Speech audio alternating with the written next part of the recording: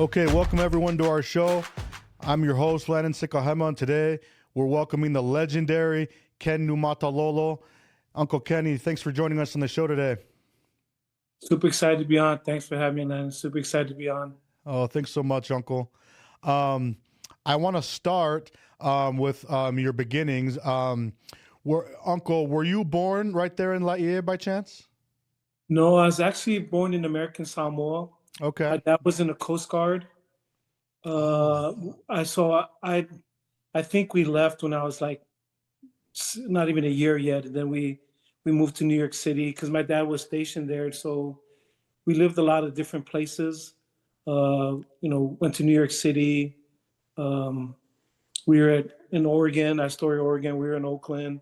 And the last place we were stationed at, my dad was stationed at, was in Hawaii at Sand Island. And then he retired. And then he got a job in Laie at the Polynesian Cultural Center. You know, my dad was in food service. And so that's when we moved to Laie when I was in the seventh grade. Oh, okay. So your dad was in the U.S. Coast Guard then? Yeah, my dad was in the U.S. Coast Guard. And so, yeah, like I said, he was stationed in a lot of different places growing up. All of my siblings were all born in different places. I had three siblings who were born in Hawaii at Tripler Hospital, a couple born in Oakland, and a couple in Hawaii. I was the only one born in American Samoa because my dad, just all the different places we were stationed at. Okay, so you first moved to Laie when you were in seventh grade, correct? Just finishing my seventh grade. Yeah, my dad took a job there at the Polynesian Cultural Center. There's a Villager restaurant. It's actually where the Marriott is right now. Used to be a McDonald's there and all that stuff. But the McDonald's moved there in Laie. But my dad was the manager of the Villager restaurant. And they told him that they'd be opening a new restaurant. The now Gateway restaurant is at the Polynesian Cultural Center. But they were building that. And he was the kitchen manager when that opened up back in, I can remember, 79 or whenever that was. Okay, so you were about 13 or so when you guys moved to Laie. Is that about accurate? Yeah. Mm-hmm. Okay, nice. Now, so from there, did you play your freshman year of football at Kahuku? No, I went to Kahuku my 8th grade year. Ninth grade, I actually went to Iolani. A couple of us there, we got recruited to play. Mufi Hanneman was the coach. So we went there to play basketball and play football. But after that, Laie, I mean, it's not a long drive, but, on the bus, it's like 2 hours every morning coming from Laie. So I'd have to get up really early from Laie to go to Iolani. I caught the city bus. It just got too hard. I mean, for me, I couldn't handle it. I'd come home late at night, leave in the morning. And so I was supposed to go back to Kahuku, but my uncle, my cousin Thor Salanoas, my uncle Junior, they were at Radford.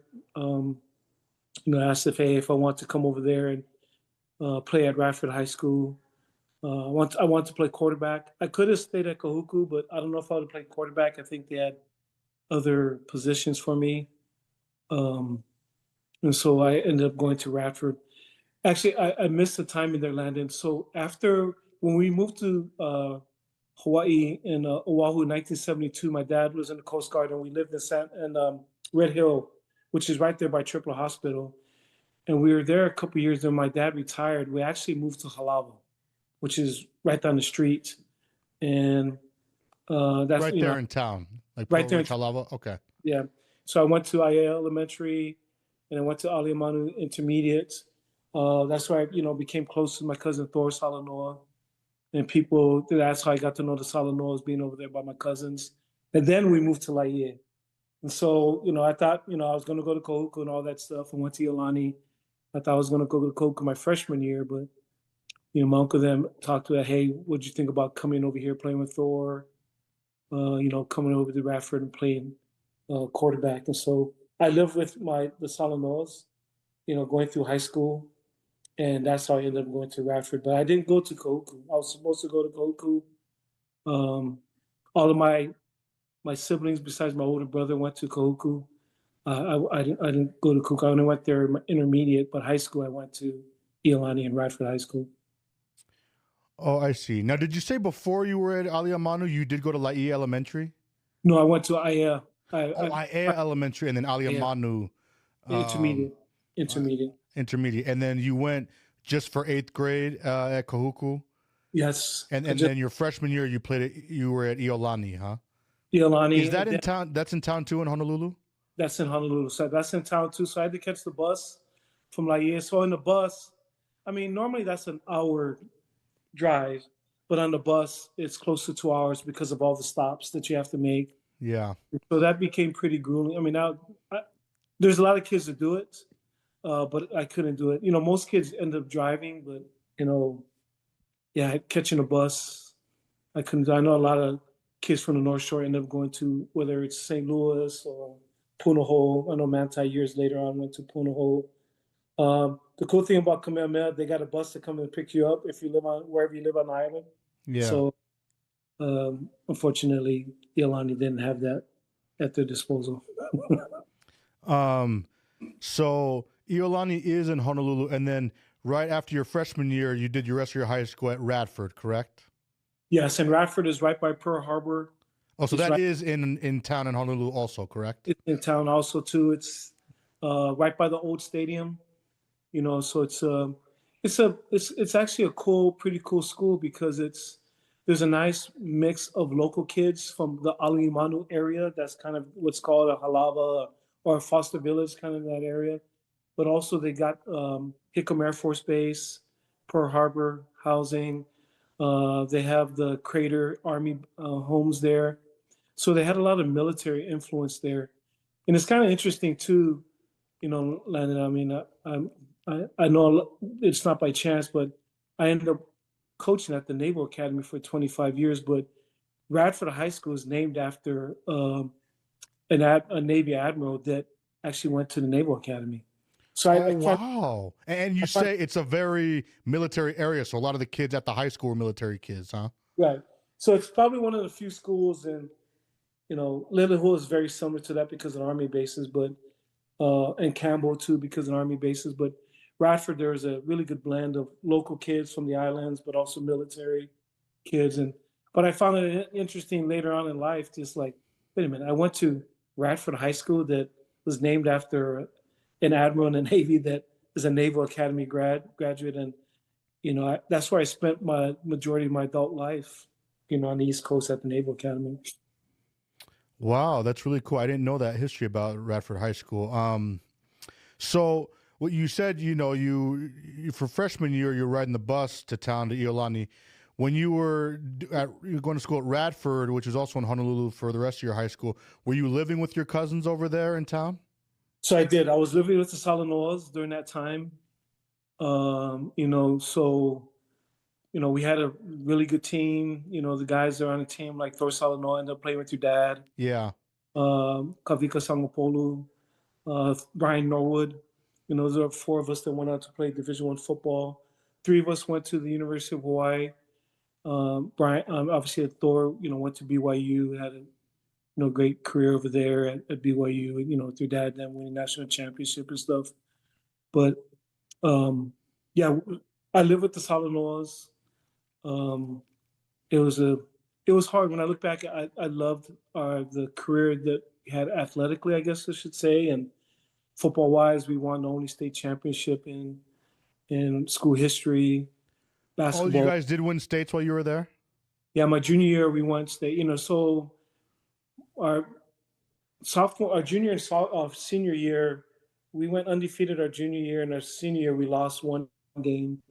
So it was pretty cool because my junior year was a pretty kind of like a storybook year from the standpoint of we were undefeated, but our coach, his name was John Velasco. He's a legendary coach in Hawaii.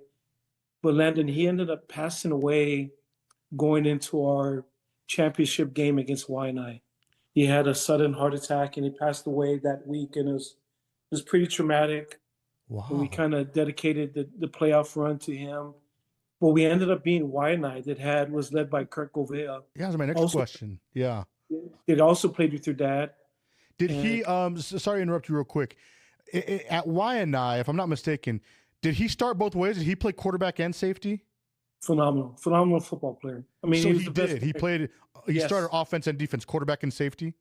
Yes, he was the best player in the island. I mean, he's a really good basketball player, really good baseball player. I didn't know that. Basketball and baseball. Yeah, he was a phenomenal player. So really, at that time, Landon, Waianae, they were the kings of football. Now it's kind of St. Louis, and Kahuku. Yeah. Puno and Kamehameha is starting to get better. But back then, it was Waianae. Coach Ganoza and Kurt Gouveia led a team that, they'd won the majority of the championships back then for the public schools. And so we hadn't beaten them in a long time.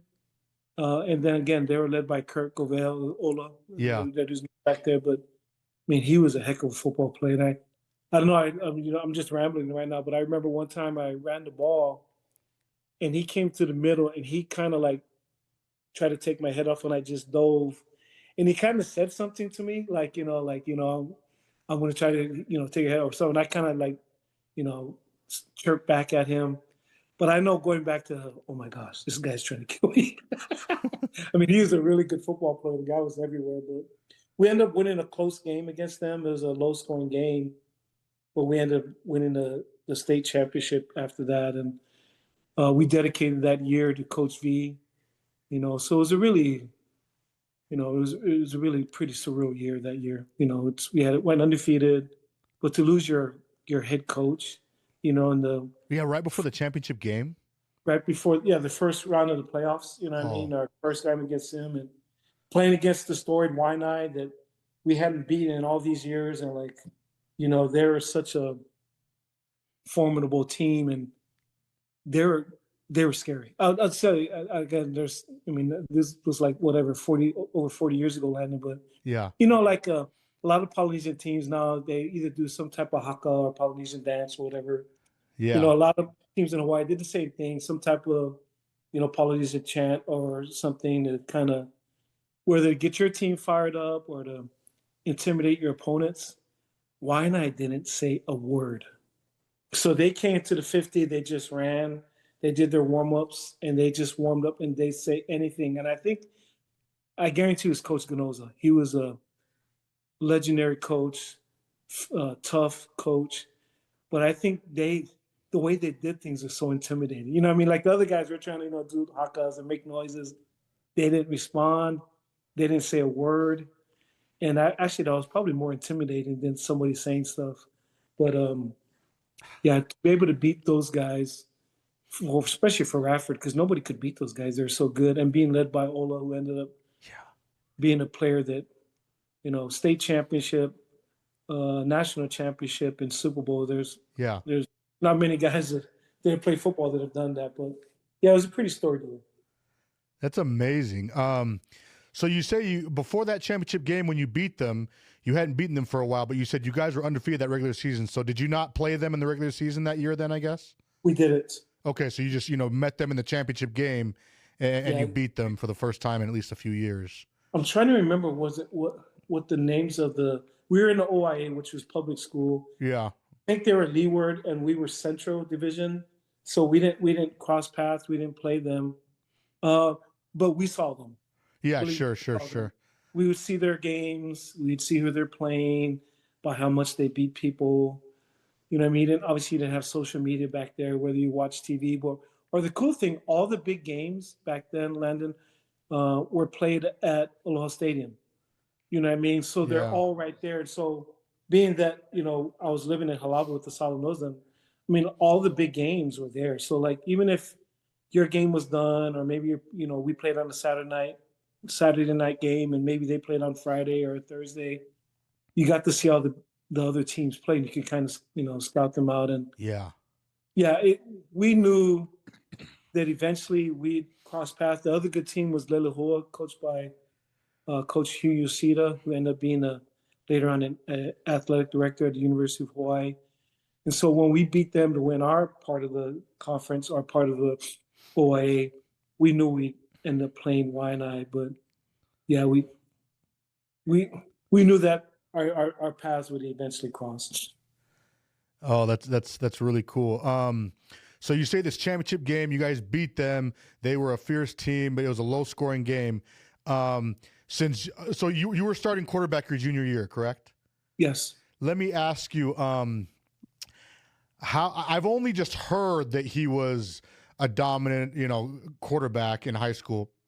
What, if you're being honest as a quarterback yourself, what did you think of him as a quarterback? I mean, it was a low scoring game, but like, what Avola, did you think of him overall? Was he that great of a quarterback too on oh, he was offense? awesome. They were an option team. They ran the football. They didn't throw the ball a lot, but he was a Okay. baller. I mean, he was a football player. And it's kind of, you know, we obviously at the University of Hawaii made a mistake of not offering a scholarship. Um, I really believe if UH had offered him, he'd went to UH. BYU, Norm Chow, who recruited the Islands, had a good eye for talent and offered Ola, and he ended up going to BYU. And I can maybe as I look back at now being a coach, maybe they looked at him, he wasn't the fastest guy. He was not, huh? Even though he Not, was a safety back then? yeah, it wasn't fast, but he was a football player. Yeah. You know what I mean? And so I think some of that got lost in the recruiting process that they, maybe they think maybe he's not the fastest safety or the fastest quarterback. What can he play? But to BYU's credit, they found a place for him. They put him at linebacker, an outside linebacker, which I think was perfect for him because it allowed him to either drop into coverage and he could use his smarts and, pick, and read routes and stuff like that. But he also could come off the edge and rush. I remember playing at the University of Hawaii. When we played them, they had a really good team. But I mean, he took out Walter Murray, who was one of our best players. You know what I mean? And Walter Murray is like a 6'4", 220-pound, 15-pound receiver that could fly. But Kurt, hit him or, yeah, he was just a really good player. Really, really good football player. Super smart, knew the game. I mean, it wasn't your conventional quarterback, threw the ball a ton, but they didn't need to. They play action and different things, but they ran the option out of the wishbone. And he was a good runner as a, huh. Again, not super fast, but could deal the ball, and if you had to carry it, he could make you miss, could run you over. You know what I mean? So I'm not gonna say, he was the most gifted runner, but he was really, really good. You know what I mean? So, and again, I think that's why not a ton of people recruited him because they might be like, oh wait, he's not the fastest guy, but they just failed to recognize the guy was a winner, and most importantly, he could ball. He was a baller. It's amazing. Yeah, my dad's always told me about that a little bit. How, I mean, because he's not LDS, and so he's always told me that it's one of the biggest mistakes UH has ever made.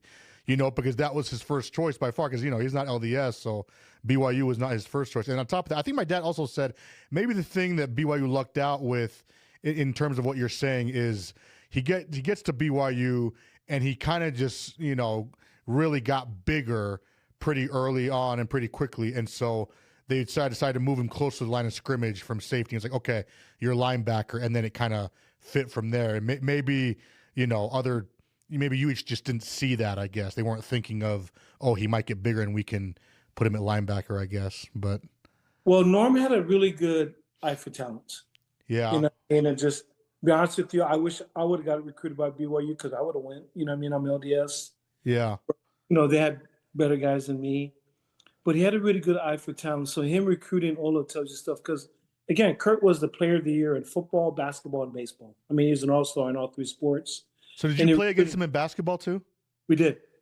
Okay. Yeah, so he was a good basketball player, really good basketball player. But they also recruited Thor Salanoas, my cousin, who was also, an all-star in basketball and football and in track. Thor ended up having a really good career at BYU and also Laie Himuli. You know what I mean? And so those are the guys that BYU, during my tenure, that they ended up getting, or during my time, got out of Hawaii. Hawaii, now to Hawaii's credit, got some good guys. Al Noga ended up coming that year, Joe Nasai.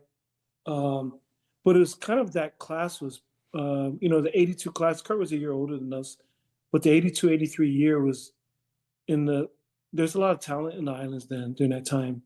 And to BYU's credit, Lavelle did a really good job of sending Norm there. And Norm did a really good job of evaluating talent.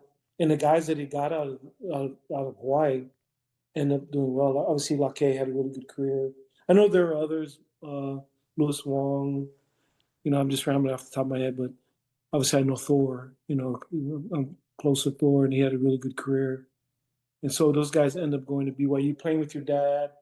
They made lifelong friendships, but they had really good teams, man. And I think I kind of look at it probably similar to your dad. I'm not really sure how many people recruited your dad, but your dad,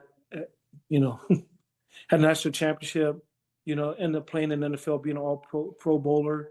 Maybe, other schools may say, oh, maybe we get a guy a little bit faster, this and that, but your dad was a baller. You know what I mean? Sikahama was a great, pass receiver, running back, returner. So I think BYU did a really good job, Landon, of looking at guys that they did a really good job of evaluating. When I look back, I think they really did a really good job. Alada Kale was a guy who came, after, Alada Kale too is another from guy. Maui? Yeah, but he went to Kamehameha. Okay. You know what I mean? So those are some of the guys I'm just trying to think of. So I know coming out of Hawaii, they did a really good job of recruiting guys. But like I said, recruiting your dad at BYU did a really good job of looking at talent. And obviously with the legendary coach Lavelle during that time, some good people came there. Yeah. Your cousin Thor Salanoa, was BYU his first choice, or would he have preferred to be at UH? My gut feeling was I think he would have liked to have stayed home. But Thor had a lot of offers on the table. I think Arizona State and different people. Oh. I mean, Thor and Al Noga, Timothy Manoa went to Kahuku, but the parents sent him to Penn State.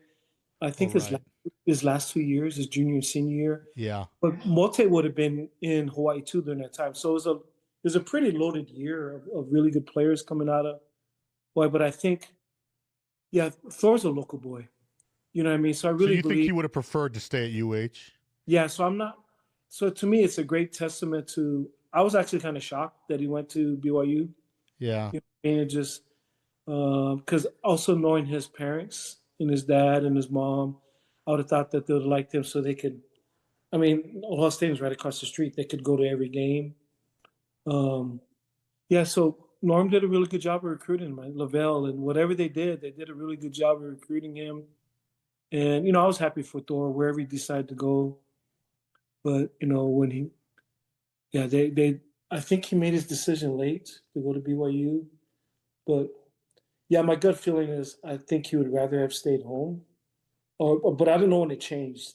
Something changed during the recruiting process that he ended up going to BYU. But like I said, his dad, Uncle Junior trained us when we were growing up. I mean, we ran and lifted when we were in the 5th and 6th grade. I mean, we were doing things that he was pretty hard on us, but I learned how to train under my Uncle Junior. We lifted and ran in the summer while everybody else was having fun. We were running and lifting. And so he taught us that. And Uncle Junior was at every practice, at basketball and football practices. So he was heavily involved in our careers, especially, Thor's. And so that's why it shocked me, because he was so close to Thor. Auntie Susana was very close to him, that I would have thought he would stay at the University of Hawaii, because like I said, where they live and where the stadium is, it's like 300 yards. I mean, you can walk to the stadium. You know what I mean? So it kind of shocked me that he didn't go to the state UH. But again, kudos to Coach Chow and Coach Edwards for recruiting Thor. Yeah, that's really cool. Your senior year, did Waianae actually win the championship your senior year? I know you said your senior year you didn't win it. Yes, so they ended up. We ended up beating them in the Waianae the first round. Beat St. Louis. Paso in the OA championship. We beat St. Louis in the state championship. So we lost in the first round in my senior year to Waianae when we played. Ola was gone already. He was already at BYU. We lost was almost a reverse of the other game. It was a close scoring game. We lost 8-6, I think. We lost a really close game, or 14-7. And I think they ended up losing to St. Louis. Oh, they lost to Iolani. So they ended up playing, here's the other story, man. So Yeah. my senior year, so here I am. When we win the championship at at my junior year, it's kind of cool because you kind of go back to the Laie with bragging rights when I go home every weekend. Yeah. You know what I mean? Because you got all the Kahuku boys over there. And I mean, these are all my really good friends. Yeah. But obviously, kind of got bragging rights in Laie when you go home, go to church. You kind of got your chest stuck out. Oh, what happened to you guys? Oh, what do you guys listen to? Or, I mean, just, I was always kind of a teaser and stuff. But going into my senior year, they were doing good. Weren't very good my junior year, Kahuku. And going into my senior year, they actually had a good team. And Landon, I wanted to play them so bad. Play Kahuku. I want to play Kahuku so bad, to play my home school. And so I thought it was going, what I mean? If we would have beat Waianae, the next game was Kahuku because they won their side of it. And so I wanted to play them so bad. But we ended up losing, so I didn't get a chance to play against them. Yeah, there are other guys from Kahuku that had a good team too. Sekeli Wiley, Kennedy, Laie. I mean, those are guys that ended up, Lane Santiago, Darren Johnson, guys that a couple of those guys ended up going to UH. But Waianae beat us, and then Waianae beat Kahuku. And I'll be honest with you, my senior, I cried after we lost to Waianae because I wanted to play Kahuku so bad. Yeah. I mean, it's like I wanted to play them so bad. Because there's a lot of chirping going on over the year. I mean, when we won and Yeah. over the summer, I see my friends and a lot of chirping going on and banter going back and forth. And so I just wanted to it was getting closer and closer. We were undefeated, they were undefeated. Waianae was undefeated, but we ended up losing. Waianae ended up beating Kahuku, but then Waianae ended up losing to Iolani, which is the other ironic story. Yeah. Because Iolani won the championship my senior year, and all those guys in the senior class are the guys that I went to with my freshman year. Yeah. So it's kind of funny because it's like, well, if I'd have stayed at Iolani, I'd have been on that team. Yeah. You know what I mean? But it was kind of a funny deal. Albert Tufono was on that team. He ended up, Albert and Frank Lutu, both of them ended up going to Washington to play football. Cliff LeBoy, or Scotty LeBoy, excuse me, Scott LeBoy ended up going to UH, so yeah, there's a lot of islands. It's a small island, with, like I said, with Kahuku trying to play them, Kurt Gouveia at Waianae, and the team that wins it my senior year is a team that if I would have stayed at Iolani, I would have been on that team. But I'm also grateful because things worked out for me going to Radford. We won a championship. Met some of my best friends, Brian Norwood, who I still coach with right now. You know what I mean? We've been lifelong, best friends since we were in sophomores, and now we're still coaching together, whatever, 40-something years later, coaching college football. It's kind of cool. That's way cool. Let me see. You're okay, so that's your senior year. And Iolani wins it all. Let me ask you. So, I guess I never realized how little time you actually spent growing up in Laie. For that 1 year or 2 years or whatever when you were living there, were you influenced a lot by the fervor around Kahuku football fandom? I mean, is that much of an influence on you in the a couple years you were there before you moved with your cousins in town, or not so much? Or well, let me say that. I mean, I was in Laie a lot though. We had family in Laie. okay. So even before we moved there as a family, moved there permanently. Oh, I was in Laie a lot. There'd be a lot of weekends that we spent in Laie. You know what I mean? So I was very familiar with Laie. We just moved there permanently in 1978, I believe. It was when we moved there permanently. So in 1978, we moved there permanently. But even when I was at Radford those 3 years, I mean, I was home all the time. Like on the weekends, I was always home. In the summers, I was always home. yeah. Um, I, um, when my seventh grade year, after when my dad first got a job there, I was a waiter and I was a busboy in that restaurant. My dad let me come work there. I'm sure there's some work force, child labor laws that Yeah. break you going there, but Yeah. whatever. I just helped out with the dishes or whatever. When at the Villager restaurant, when he went to the Gateway, obviously that was different. I didn't work in there, but I grew up at BYU. I grew up in BYU, Hawaii. My first friend that I met there. So here's kind of irony. So when my dad was looking and getting a job before he moved down there, he would drive there like for I can't remember how many months before we actually moved there as a family. And I was always go with him in the summer. Drive down to work at the Villager restaurant. And so part of the day, my dad would give me some money, and I'd go to the BYU Hawaii game room, and that's where I met Jack Mooney, and Oh. and his brothers, Wanga and Ariva. But that's how I became best friends with Jack Mooney. He was the first guy that I kind of met in the game room. Jack worked in the Fijian village with his dad, and so their family, the Mooney family was the church brought them over there to not only start the Polynesian Cultural Center, but obviously they started the Fijian village. But that's how I met Jack Mooney. We became almost best friends, there. And another guy that was one of his best friends was Manu Moy. So me, Jack Mooney, and Manu, we became really good friends there. And so, um, yeah. So even during that time, in the seventh grade, eighth grade, even my ninth grade year when I was at Iolani. So like Iolani, I was still living at home, but it was kind of funny as I look back at Atlanta. I mean, even during that time, we were still going to church. We were going to BYU dances. I don't know if I should say this. Oh yeah, you're well with the college kids, huh? Yeah, so we're like in the eighth grade. You know what I mean? We're like ninth grade going to these dances. But so there's a guy Solomon. He's a local DJ in Laie. He did all the music for the BYU dances and all the dances, the church dances at Kahuku, or in the different wards that he did church dances, or at BYU if we had a dance in the ballroom. I mean, he was the only DJ. There wasn't any other DJ on the North Shore. So he did all the dances. And so we kind of worked with him a little bit. And so we kind of had our plan to kind of help set up, all his stuff and take all of his equipment. But he only needed a couple of DJs. So it was him and somebody else helping him with the music. One of them would be Penny Latu and different people. But during this time after we'd set up, the lights went off. Then we'd kind of scurry out into the dance, into the ballroom.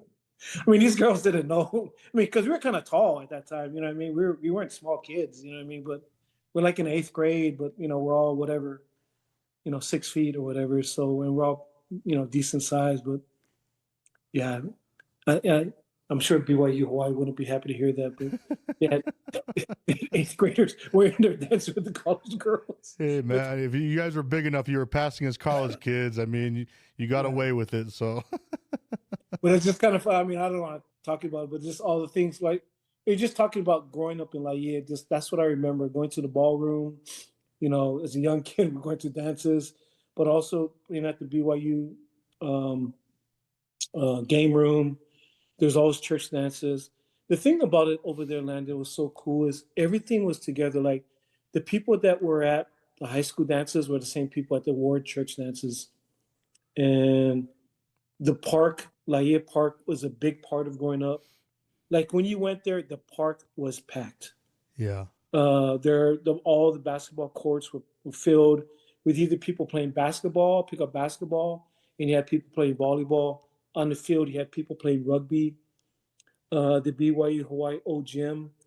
I mean, the runs of basketball there were legendary. I mean, just we go play basketball there, and so that's what I remember. Just the fun youth group. So I was probably the time that I went there is my young man age, and you know what I mean. That's when I was in Laie, from a deacon to teacher to a priest. And to be honest with you, I'm grateful that I was raised there during that time because I didn't know any differently. I mean, you're raised right next to the temple in BYU in the Polynesian Cultural Center, but your life even though you didn't realize it, revolved around the church. When you had a week, oh, we going to just dance tonight. It was a church dance. Oh, what are you guys doing tonight? Nothing. Oh, let's go hang out at BYU. You know what I mean? Or it's just, or when you're playing at the park, all the kids there are guys from your ward or people from the neighborhood. The church, the Laie is predominantly like LDS. I mean, normally after you played at Laie Park, everybody would go to the beach and swim. You know what I mean? So there's all these rites of passage, so to speak, which you did growing up, either swimming at Hukilau after you played, or going to the point and jumping off the point. Oh yeah, Laie Point. Yeah, so there's all these things. So my church influence was definitely heavily influenced by all my church youth leaders in Laie, really good leaders. Probably my best one is Paul Niumatalolo, who was my teachers quorum president and advisor, and probably had the most influence on me as I look back at it is, and I'm so grateful for that man. He was a wonderful man, very diligent. The cool thing about him, like he and his brother Maka, they're really good basketball players. So we had a really good, our ward basketball team was really, really good. Later fourth, we had a really good team. But he was also our teachers quorum advisor. And for me, like I said, as I look back at it now, I'm 61 years old. I had a great advisor that would teach us great lessons on Sunday, even though, we weren't really interested and we were, ready to get out of there and maybe go to Sam's store, get some pocket cake and, get soda when you're not supposed to be buying stuff from the store on Sundays. But, Yeah. or it's so funny because at home, you couldn't watch NFL games. So we'd always go, oh, because it's kind of cool because Sam Choi, he provided the bread for the sacrament. So Sam, they're members, but Sam wasn't active. But so they the provide, Sam Choi? Like, yeah. Oh, is dad. So Sam oh, Choi's dad. okay. So his dad had but also Charlie Goo had a store there too. So, but Charlie's store, the Goo store, there's two stores on the corner over there, like, but Charlie Goo, his store was closed on Sunday because they're a strong LDS. A lot of their son ended up being a state president, mission president. A wonderful man, President Goo and his family. But the Choi, Sam Choi, they're awesome people. But that's where we got the bread. So those who had the assignment of deacon, oh yeah, I'll go pick the bread up. You had ulterior motives as a young kid. You'd go pick up the bread, but you like watch, a couple minutes of the NFL game that's going on TV because there's a small little TV that he had in there. But because you couldn't watch it at home because Polynesian LDS homes are pretty strict on all that stuff. So, Sure. oh yeah, let's go watch some games and also get some soda and pocket cake while we're there. But the thing that I knew about Paul Niumatalolo, that he was just a wonderful man, Landon. He taught us great lessons. He was our coach. He played also basketball. So I guess it was an early thing for me to see where the gospel and sports mix. They do mix. Yeah. So you're talking about Sam Choi right now? No, I'm talking about Paul Niumatalolo. Oh, okay. Anyway, sorry. Keep going. Yeah. Yeah, so Paul Niumatalolo, so he was my teachers quorum president, but just with him, like I said, he did a really good job of teaching lessons on Sundays in our activities, our mutual activities, and we had a really good basketball team in our church league, and he was our coach, and I was able to see a man that was a really good athlete, and but also he loved the Lord, and I think for me, besides my dad and my own family examples of my brother. Um, he was another example growing up in Laie of somebody that sports and the Lord, come together. My brother's the same way. My brother, he went on his mission, but he played quarterback at Waianae High School. We lived at Red Hill. But again, another example for me of just how, the Lord and the church and your other activities, they can go together. And those are great examples for me. I brought up the Sam Choi thing because I was thinking about being a young man and okay, who's gonna pick up the bread? Oh, I'll get it. Yeah. We're acting like we're being service minded, but Yeah. all of us had ulterior motives to go to Yeah. Sam to pick the bread up, but also watch some NFL games and also get pocket cake and soda before we came back to the church. Yeah. Yeah, that's funny. So even when you're living with your cousins at Salanoas throughout the rest of your high school time, so you play at Radford, but you say you still came home on the weekends pretty often to Laie. What was the contrast like between Kahuku, the Kahuku area and Laie, and Radford as a high school, and just living in Honolulu as opposed to Laie? Like, what was that contrast like, and which high school and which area do you think was more football crazy? But even aside from the football crazy, what was the contrast like? Living in these two places. I don't think back then Kahuku spirit is what it is now. Oh, really? The Big Red. I mean, they played and they had really good teams, but I don't think they had that same like it is now. I mean, it's fanatical now. I mean, I so think you actually don't think it was as fanatical with the fans back then? and doing all this. Yeah. I think our fans at Radford might have been more than that. I think during our growing up, I think Farrington probably had the best cheering section. Okay. And so, but I'll just say this: there's no place like Laie in the North Shore. Yeah. There's a lot of things. Spiritually, it's a different place, but it was totally different going home. The pidgin is different. The slangs are different. From Laie compared to town? Yes, and even from Halava to Laie. Because, there'll be some Laie guys that, you go to town and you talk pidgin and people want to get the slangs, but they know it's not Laie slangs, it's town stuff or Halava stuff. But same thing when kids from Halava would go to Laie, and throw some guys, and you'd hear some of the ways that guys in Laie talk to, like, what did those guys say? What are they talking about? So those are different worlds, but there was always a saying growing up, and it's true. There's no place like Laie. It was, in my mind, it's the most beautiful place in the world. But there are a lot of things that made it different. The way they talked, their slang, the way the people did things. It was a different place. But no, I think, I don't know when it started, all the real Big Red stuff where the cheering sections got to where they are now. Yeah. I think maybe in the 90s, maybe. Interesting. That's a hot take, but yeah, that's interesting. I like to hear that. Yeah, but no, it wasn't back like that back then. So you think it was actually the fandom was even more hardcore at Radford back then than at Kahuku? And I would say back then, probably the school that people, when they saw it, was probably Farrington. Yeah. And so, yeah, this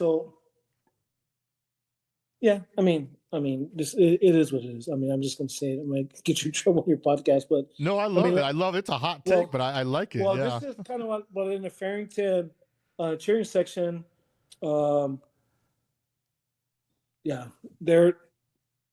Well, in Hawaii, what they call you mahus, whatever, you know what I mean. But yeah, their cheering section, there are a lot of mahus in it, but they cheered loud. Yeah, they were hardcore. And they had the cheers going on, and they're the ones that got people going. And because we always talk about it growing up, like, geez, nobody cheers like Farrington's section, but those guys, they're really, really good at cheering. I'm trying to think of the other schools that had, but yeah, interesting. Hopefully that take doesn't. I'm not trying to say anything bad about it. No, you're good. I'm just being honest. I like a nuanced take, so that's a nuanced hot take. So that's awesome. I like it. Let me ask you this. Maybe in my mind, what I'm about to say, maybe this is even more what Kahuku was turned into compared to back in the day. But even back in the day, like when you and my mom were, growing up there, I still think of Kahuku as being a very smash mouth football kind of a place where it's just all about running the ball 3 yards in a cloud of dust kind of thing. Was that still, was it actually like that back then? Yes. And always super talented. Yeah. I always felt like I'm trying to think who was the guy that took them to the next level. It might have been that middle 80s years where they started to, just talking about that year that, my senior year, maybe from then on they started, because they always had good teams growing up. I mean, the years in early on with Pisa Fanai. My cousin then played in a time where, Raymond Mapu and those guys. I remember when I was young going to their team in the 70s, in the mid 70s, and they had good teams, really good teams. But again, they lost to Waianae. But they were tough back then. Always tough, always physical, always sharing. Well, the one experience that I had, actually, we did play Koku, but I was a JV. So my sophomore year, remember I told you I went to Radford, Yeah. and so we played Kahuku in JV. They ended up winning the JV state championship or the JV championship. I don't Oh. think they played private school. I think just public schools. But their backfield was loaded. This was their backfield. Their tailback was Timothy Manoa, and their fullback was Laie Hemuli. And Darren Johnson. I mean, they had other guys up front, but that was their backfield. That I mean, right there, that's two guys that started on college national championship teams. Yeah, and I mean, they were bigger than most of the guys on our team. You know what I mean, at Radford. But I remember us going there. I think it was twofold. They were really good that year, and we were going to play them when I was at Radford. The game was packed.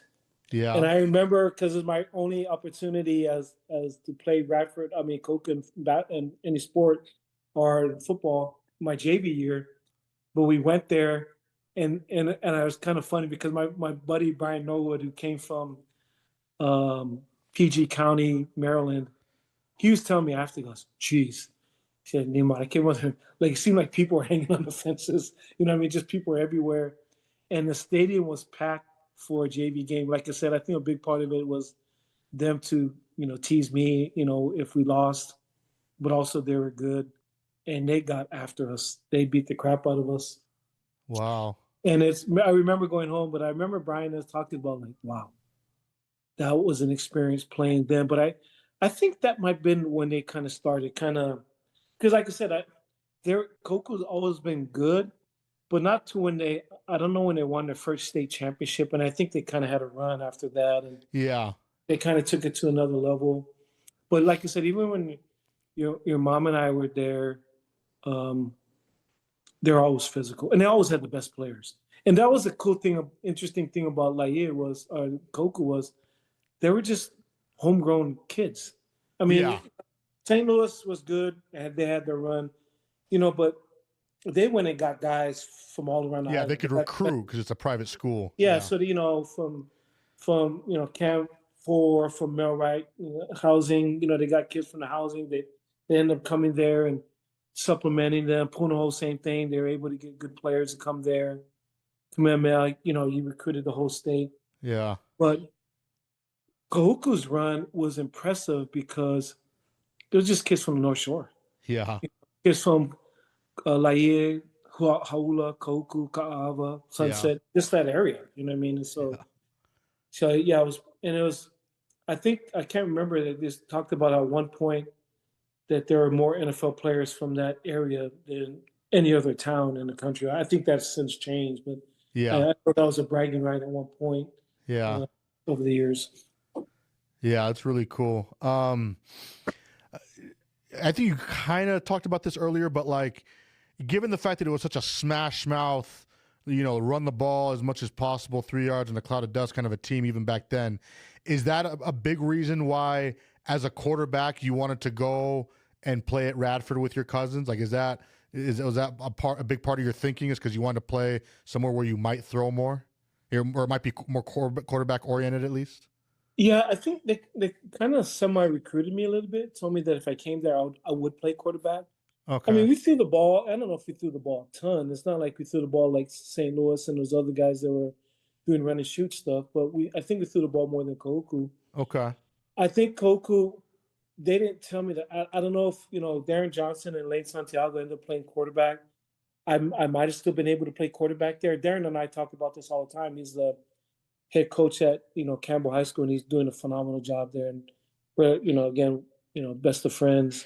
We talk all the time. We'd always say, hey, if you'd have came, I would have played something else, because we just all wanted all of us to be there, because we had a lot of talent on the team. You know what I mean? You say, hey, but I wasn't sure. I wasn't sure where they were going to put me.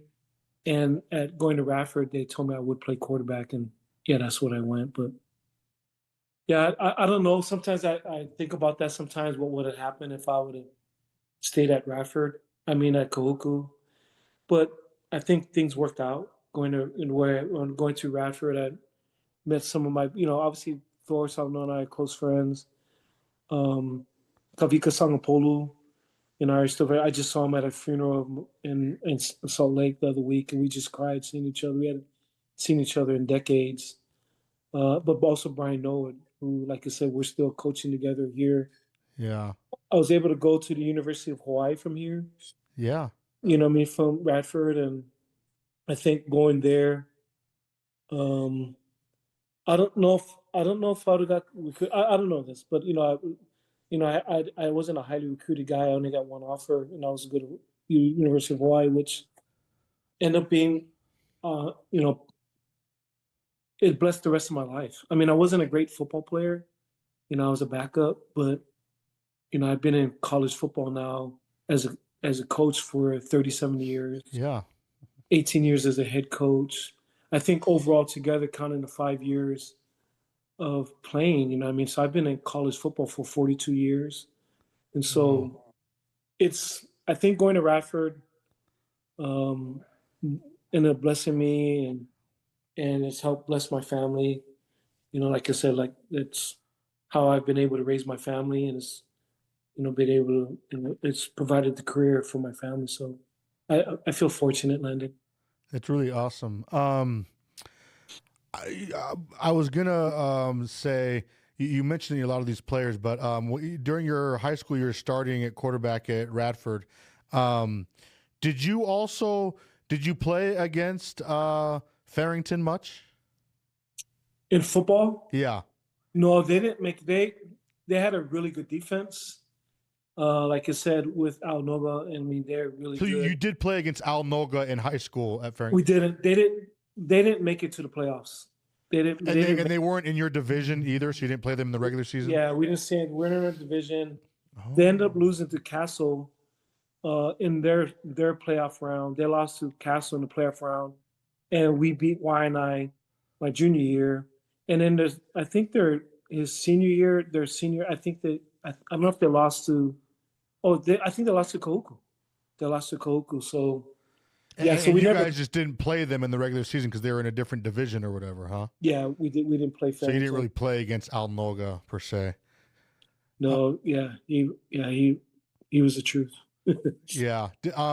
So moving on from high school now, you're at UH. Were you playing with Al Noga at UH then? I was. So Al Noble was there. We were freshmen together. Oh. So we got there. Like I said, Joe on the side played at Pac-5. He was there. And like I said, Brian Norwood, Tavita Sangapolu, Charles Motolui.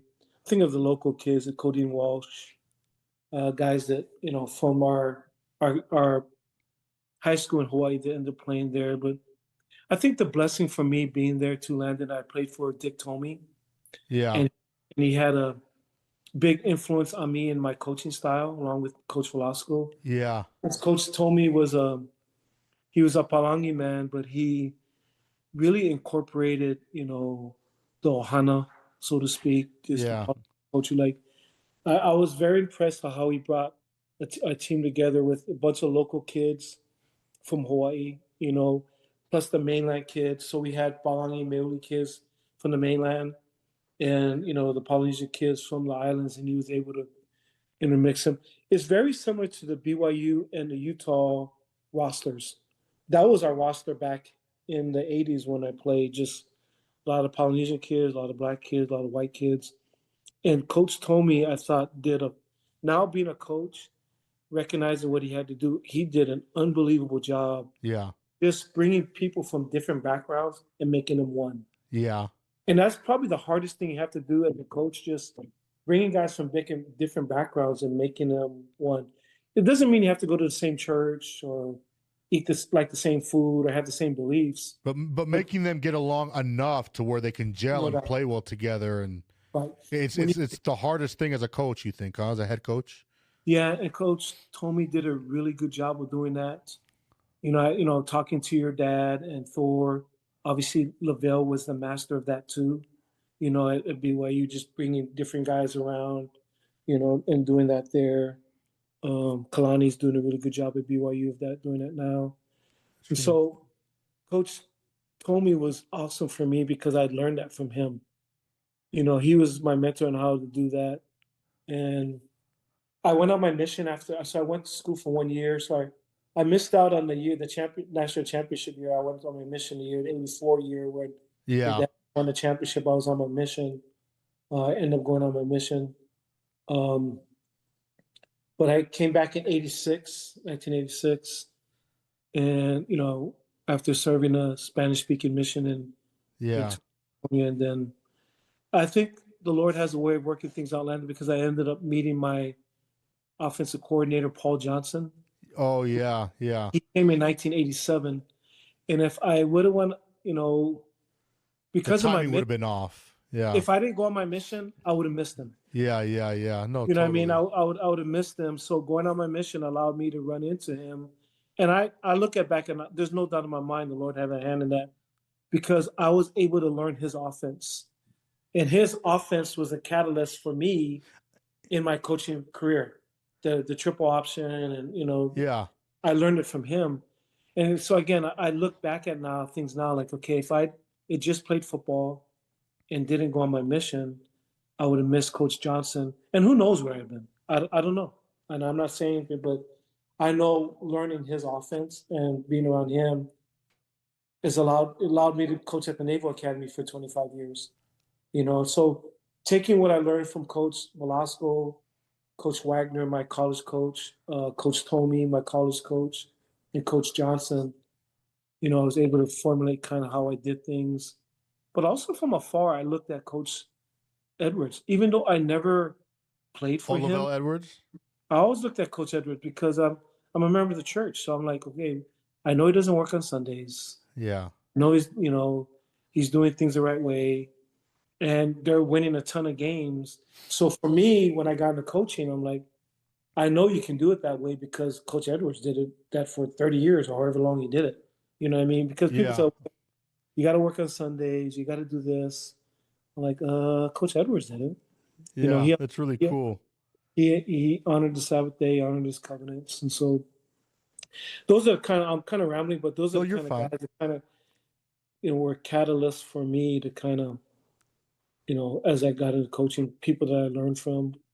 Yeah, so you do feel like when you were playing quarterback at University of Hawaii in college, you do feel like running the option there was a big reason why you ran the option as a head coach later on for all those years in Navy. Well, it was my opportunities. I actually played for June Jones my freshman year. He was my quarterback coach. So here's one of the best passing guys, run and shoot, guru. But then the last 3 years of my career, it was under Paul Johnson, who's a triple option guy. And so at UH, your last at UH, okay, at UH. And so when I became a graduate assistant under him, for 2 years, and then I ended up getting a full-time job at the University of Hawaii, under this offense with Coach Wagner, with Coach Johnson, and I felt I was very fortunate because not very many graduate assistants got hired during that time to become a full-time coach. And I was one of the first local guys that got a full-time job at the University of Hawaii after being a GA.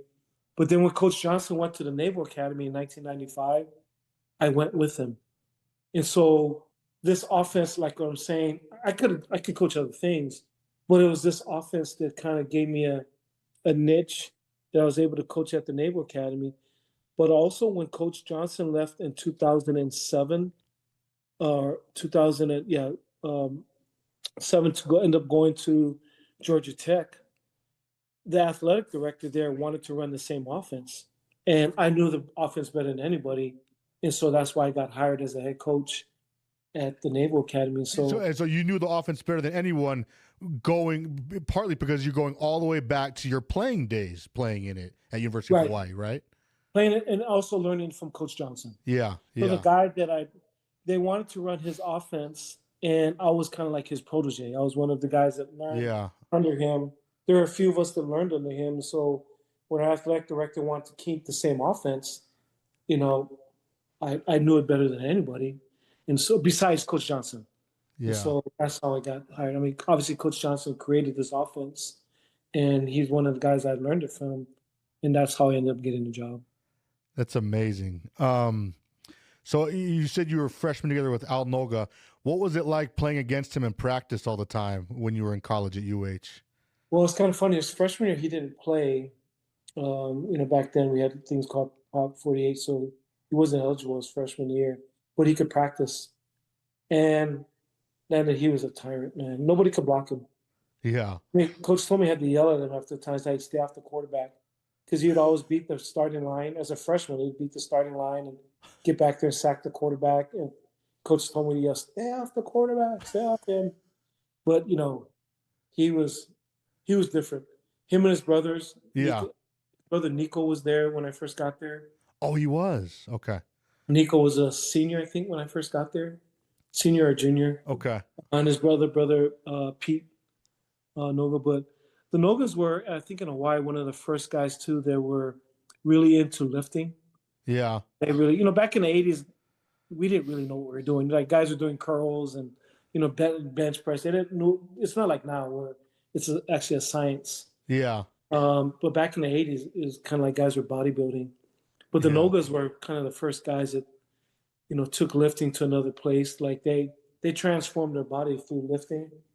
Because I'll give an example. At the University of Hawaii in the '80s, we had one platform, like once, where you could do cleans and stuff like that. Now, every place that you go, there's 30 racks. Right. I think we had like 3 squat racks, and the rest of it, a couple benches and some dumbbells. And it's kind of funny because after practice, they opened up the weight room to the students. So like you're lifting in the same weight room as the general body students. So like you're like sharing dumbbells with, Yeah, that would never happen nowadays at any college, like, hey, really. are you using that dumbbell, so you're in there with other people. So it's, you think, but again, this is a long, long time ago back in the '80s, but yeah. Have you been sacked a handful of times by Al Noga in practice and stuff, or? Oh, I've been hit by him. Yeah, he's the guy's super explosive. Yeah, I mean, he was the first, consensus All-American from the University of Hawaii. Led the country in sacks. But yeah, I mean, he was a really good player. Do you feel like playing against him in practice every day made you better? I wasn't a great player, so yeah, so I wouldn't say this, but yeah, I think I made everybody better. Yeah. Now, if I'm not mistaken, you were starting for sure at University of Hawaii as a quarterback by your senior year in '89. And did you take UH to its very first bowl game in their history? No, I was still a backup, Landon. Garrett Gabriel was the starter. Okay. That's Dylan Gabriel's dad. Played for the Oregon Ducks. Now he's playing for the Browns. But Garrett was a really good quarterback. I mean, I was a backup. I played in a lot of games, but I was Garrett's backup. And yeah, Garrett was the guy. I played in the bowl game, but after Garrett started. But Garrett was our starting quarterback. But you did play in that bowl game in '89, your senior year? Mm-hmm. Okay. Who was the bowl game against? Michigan State. Okay. Did you guys win that game? No, they crushed us. Oh, did they? It was the first bowl game in University of Hawaii history, but yeah, they got after us. Okay. Now, so like you said, you're coaching as a graduate assistant for at least a few years at University of Hawaii, or 2 years. I was a graduate assistant for 1 year, and I was a video coordinator for 1 year. I guess it was a slight elevation from being in pay from being a graduate assistant, so I took the video job. Coach Wagner offered me the job because it paid more money. Yeah. But I had no idea what I was doing. I was actually filming, and I had no idea how to use the cameras. And in fact, I remember going to BYU in 1990, and and I told my friends from Laie knew that I was on the coaching staff. And when they saw me after the game carrying all the cameras and all the equipment, they were kind of teasing me like, "Hey, I thought you were Ken. I thought you were a coach." Like, I'm the video guy. You know what I mean? But yeah, we lost to BYU in 1990. But I remember going there as a video guy. You're there for at least a few years at University of Hawaii after your senior year of playing. I don't know how much you were involved with this or how much you knew, but in terms of University of Hawaii's recruiting efforts during your coaching days, did they mostly, in terms of when they were looking at kids in Hawaii, were they looking mostly at kids from Kahuku or St. Louis? And by this time, Laie and his famous streak with St. Louis was well underway, and they'd already had a dynasty for almost half a decade. Do you know where was most of the recruiting efforts focused on any high school in particular? Was it just all around generally, or? Trying to get the best players, but definitely recruited Kahuku kids. That's one of the reasons I think I got hired, because I played at Radford. Obviously went to University of Hawaii, but my LDS background and being able to, so it's kind of funny. Some of the first two big recruits that I tried to get out of Laie, I ended up losing to BYU, but it was Marky Atawai and Itula Mili. Itula is my cousin, but both of them ended up going to BYU. But they asked you for your help to try to go hard at recruiting those two guys, huh? Yeah, I think that what I'm trying to say, Landon, I think that helped me when Coach Wagner, promoted me from a graduate assistant to full time. Yeah. Hoping that I could hopefully recruit on the North Shore, recruit the LDS kids from Laie. Yeah. Or went to Kahuku, but yeah, we recruited everywhere though, and the emphasis was try to keep the best local kids home. Sure. And try to go to the West Coast and get the best kids that we could. Sure. But it sounds like you're saying, obviously trying to get the best players, whatever high school they're from. But, while you were there, St. Louis and Kahuku high schools were definitely among the big priorities in terms of where you guys were looking for talent, huh? Most definitely. Punahou, Kamehameha, Fair. I mean, just all, just anywhere that their best players are coming out of. Kapolei, Darren Hernandez was there, and but Darren wasn't there back then. But I'm trying to remember the school. In fact, Kapolei may not have been a new school, but wherever the best players were from, we were trying to get. Yeah, that's awesome. Let me ask you this one big thing before we finish. I'm interested. So, your time, all this great success you've had as a head coach at Navy. It's interesting because you're not, always, I mean, correct me if I'm wrong, but fairly often you're not always getting the 5-star recruits because the main priorities for them going to the Naval Academy and Navy's, they're soldiers and, they're in the Navy. They got to commit to a certain amount of, time with the Navy after graduation. And so a lot of your guys, even right in the trenches on the offensive lineman, the defensive lineman, they were pretty undersized compared to like a lot of the 5-star offensive and defensive linemen at the other big colleges around the country, like whether it's USC or Miami or Ohio State, Michigan, right? Like your offensive linemen and D linemen were always quite a bit smaller because they were trimmer, they were soldiers. Am I right about that? Yeah, we were always smaller than people. People were always faster than us, but I always try to play to our strengths and just, military school. So kids were disciplined, they're tough. So I coached them hard. Yeah. Very demanding of them. So the Polynesian side came out just trying to, being tough on these guys, but also having tough love with them. Yeah. Recognize that, hey, as a coach, I was going to coach them hard, and be demanding, but also love them hard. Yeah. And that was the formula, just growing up in Hawaii. Just really more of a ohana. Yeah. Kind of how I grew up with my family, just my Samoan family, just like any, Polynesian family, just it's you bring together people, family through love, through food, so all the ways I learned how to bring people together is just the way I was raised. But those are tenets that you had to use at the Naval Academy because we were always undersized. Yeah. And we were always overmatched athletic-wise. So hopefully our team that played hard for each other, stayed together, didn't care about who got the accolades, weren't selfish, were selfless. They were selfless guys. and just worked hard and were super disciplined. That's amazing. That's just such an amazing feat because, again, I know you beat like Notre Dame multiple times while you were there. But let me ask you this from a tactical standpoint. Obviously, you're Polynesian. You grew up in Hawaii playing high school football in Hawaii. You played at University of Hawaii with all these big Polynesian linemen that generally will always be bigger than any of the big linemen anywhere else in the country, even the ones that go to the NFL.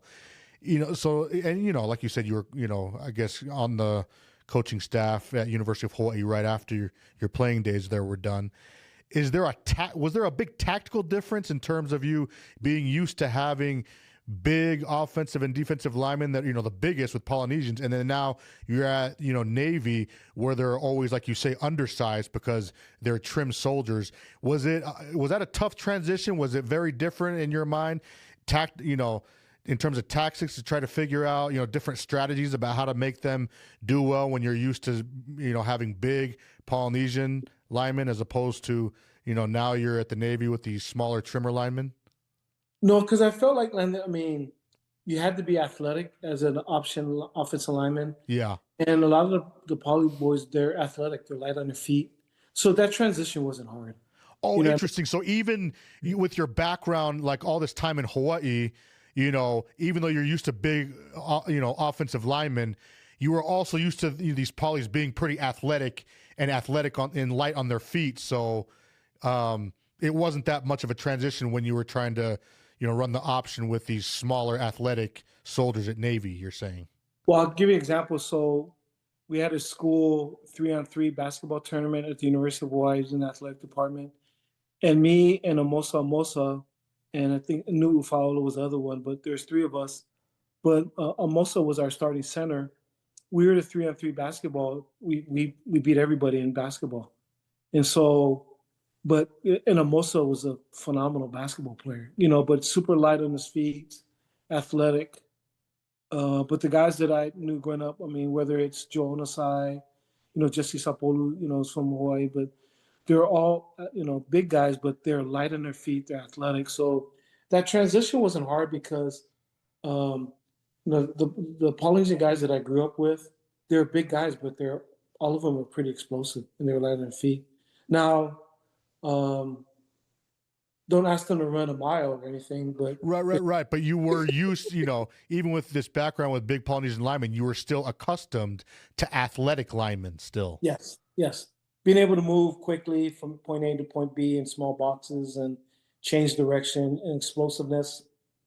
Yeah, that part I had seen with the kind of guys that I grew up with that, you're used to seeing big dudes that were explosive, big calves that could jump out of the gym, just. That's amazing. That's really interesting. It's an interesting distinction right there. And again, it's amazing that, just to close, the way you say tactically, you were always undersized at Navy, but you kind of try to make up for it by making these guys really disciplined. And like you said, you play to their strengths. They're soldiers, so you try to make, the linemen really disciplined, and you guys would win that way with your undersized linemen at Navy. Yeah, we did things with attention to detail, which they did at the Naval Academy because it's all part of being detail-oriented. That kind of helped them in the process of becoming a better player, whether it's tucking in your shirt or wearing, your socks at a certain length.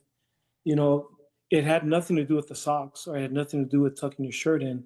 It had everything to do with discipline.